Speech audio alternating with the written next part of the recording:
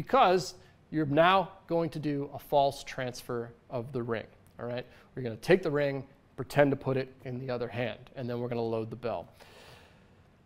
So here is the breakdown of that. We're going to do a very simple false transfer. Now, I'm going to cover the false transfer in a little bit more detail later on in this instructional video. I'm sure most of you out there are familiar with the false transfer, but the sequence that we're going to do here is pretend to put the ring in your opposite hand as you go to get the bell, okay? And then we have a lot to talk about here in this sequence, but I think for right now, we're just going to kind of go right through it. All right, so you have the ring in your hand, you're going to pretend to put it in this hand, and then you're going to go back and get the bell, all right?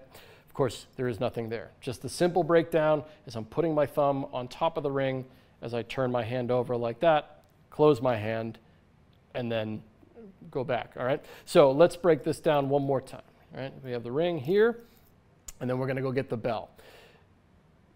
What Reynolds says in his presentation is we're going to use the magic bell, and he goes right back to his pocket to grab it. It's important to say what you're going to get before you actually go get it. Don't just reach back there and get the bell. I also have one more thing, a bell, okay? So there's a little bit of timing that you want to link up with your words as you do this motion and go to the bell. Now let me show you what's happening when we go back to the bell. Obviously, we already have the clasp on it, right? So you're going to pretend to put the ring in this hand, and then you're going to go back to the bell. So here's the load, and it's super easy. Let me turn to the side like this. You're just going to drop the ring in the bell. That's it. Okay, so let me do it from the side. So I'd have the ring, place it here, go back, get the bell. Okay, that's it. That's the entire load. It's so simple. It's perfect, right? So it would look something like this. So we're going to use the ring, and we're also going to use the magic bell. Now, it's really smart at this point to just give it a little testering here, right? And all you're doing is allowing that magnet to make sure that it's on the magnet on the split ring, right? So that when you turn the bell over, nothing's going to fall out. It's not going to anyway, really, because it's the only thing that's magnetic in there. It's just going to attach. I will say when you do turn the bell over, just be gentle with it. I can imagine maybe possibly a situation if you had a big heavy ring on there and you dumped it, maybe it would fall out, but I mean, you know, you're going to really have to jerk it around to get the thing to fall out. Okay, so give it a test ring, right?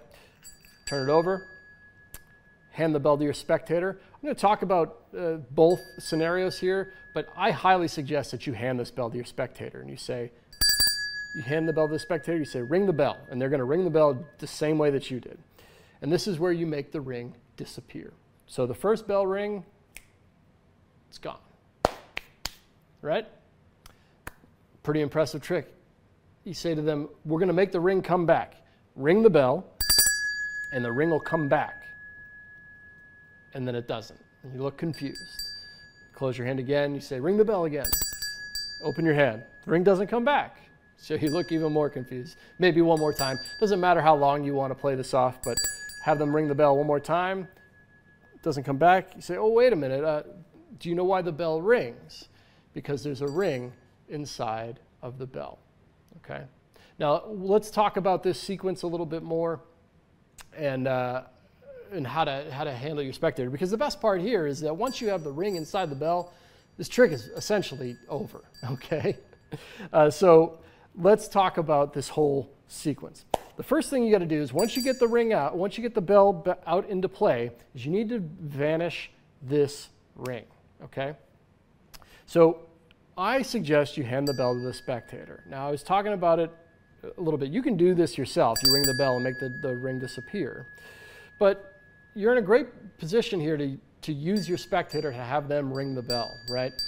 Because really what you want to create is the idea that the ring is here and the bell is in play, right? Like so as if the bell was already in play before the ring ever disappeared, right? You want to establish that idea. So they're holding on to the bell while they believe the ring is still here. That's really important, right? So when they ring the bell, the ring disappears. You just need to keep an eye on your spectators at this point. The bell is just a bell, right? It rang when they shook it. For them to do something like this would be highly unlikely at this point, right? as long as you show them how to hold the bell, and I suggest you have them hold it from the top and ring it like this, they're going to do exactly what you want them to. If you want any proof of what I'm trying to say to you right now, I just suggest you watch the performances and look at the way that Reynolds handles the bell between him and his audience. If you're not comfortable with it at first, by all means, don't hand the audience the bell, but you can certainly hand the audience this bell. It just takes a little bit of minimal spectator management, and you don't have to worry about anybody actually like looking inside. It's just a bell. The bell rings. So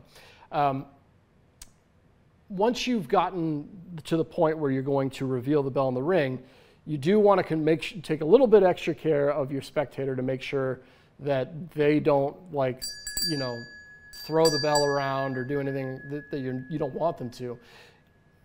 So just watch the way Reynolds controls his spectator, but at the same time, you want to take the bell back for them on the reveal. You don't want to say, look inside the bell. That is not what you want to do. You want to be the one that reveals the ring inside the bell to them. So you take it back and then actually show them the inside of it like this, okay?